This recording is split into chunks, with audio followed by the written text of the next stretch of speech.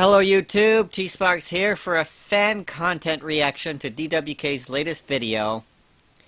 It's on the Discord episode. He calls it, Discord No Harmony. And let's see what he's got here. I know DW doesn't like Discord so much, so it'll be interesting what he does with so much Discord. And here we go. Oh great, it's a Discord episode. My favorite. Oh, yeah. You know what? Fuck the music, forget the intro, let's just get this over with. There you go.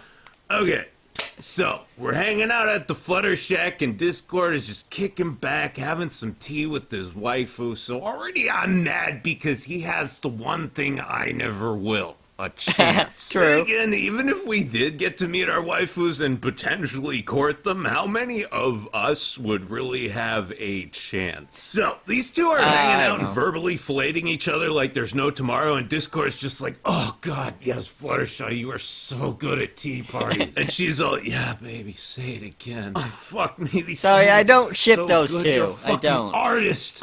I mean, it's not even that much work. Oh my god, you're so modest. Yeah, almost there. Oh, such a gracious host. Okay. Anyway, he finishes fingering her sandwich, and while Flutter's just catching her breath, he's like, I never realized how much work you put into hosting these tea parties. I've been taking advantage of your hospitality for far too long.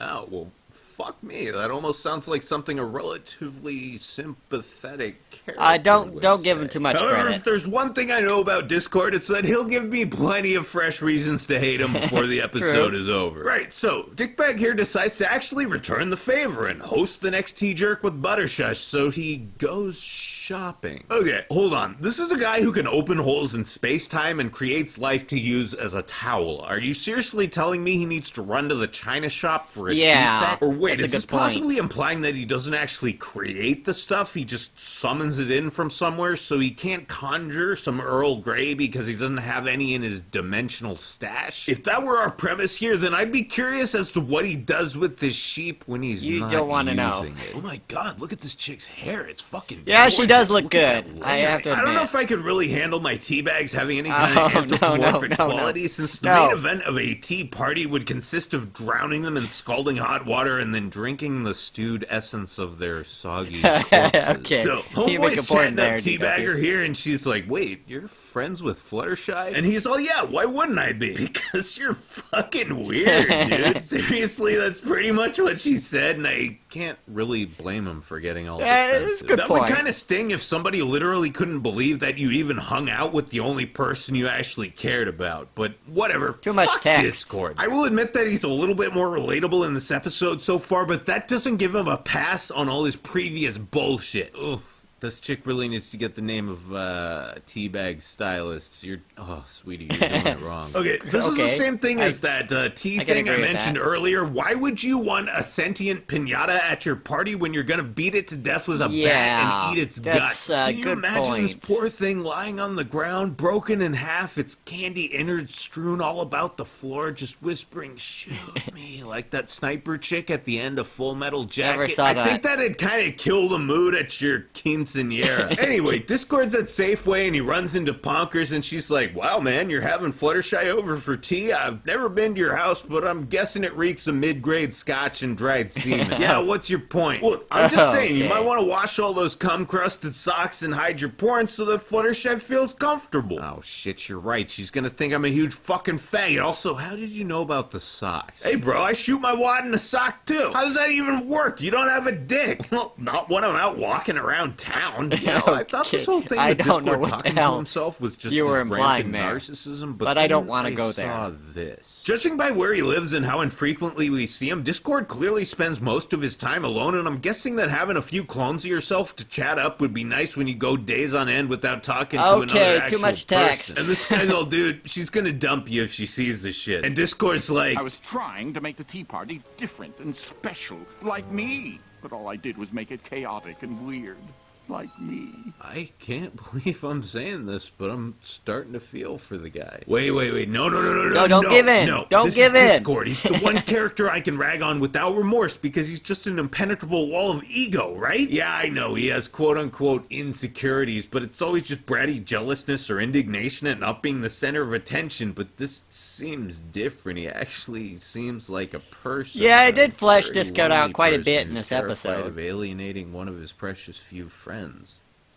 Anyway, Discord decides to try and be a normie and quickly realizes that in order to succeed, he's gonna have to change literally everything about himself and his life. And all I can say is, I've been there. So that's always Butterball a good comes idea. over and they're having tea together, and she's like, "Yo, man, did you spike this tea with something?" No, why? Because you're looking pretty faded, dude. Whoa, what the hell? I was just trying to act normal. Yeah, and now you're disappearing because normal doesn't exist. That is a good it point. doesn't? The kind of normal you're trying to pull off, like not being eccentric or quirky in any way, no, that shit's not real. I mean, yeah, there are people who make a concerted effort to avoid anything new or unusual or different, but that isn't fucking normal. Those are the weirdest, creepiest people of all, and every time I meet someone who likes things quiet and boring all the time, I can't stop wondering how many little kids they have tied up in their basement. Yeah, it's a very you're good like that. Did you point ever there, wonder what Fletcher. happened to Twist? Okay, so if normal doesn't Not exist, really. then why does everyone always Who's tell me Twist? I'm so weird and act all uncomfortable around me? Because you're an asshole. You think I'm an asshole? Not to me, but to everyone else,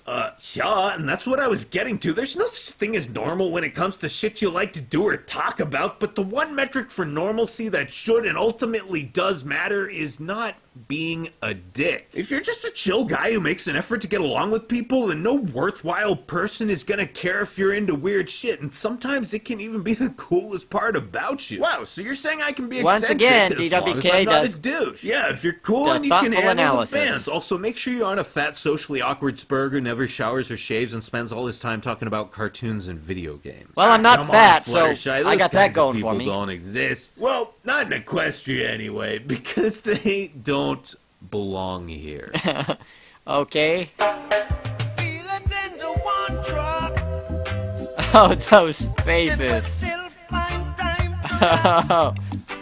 Oh no, Fluttershy. You're always the one, innocent one, that I don't see that way.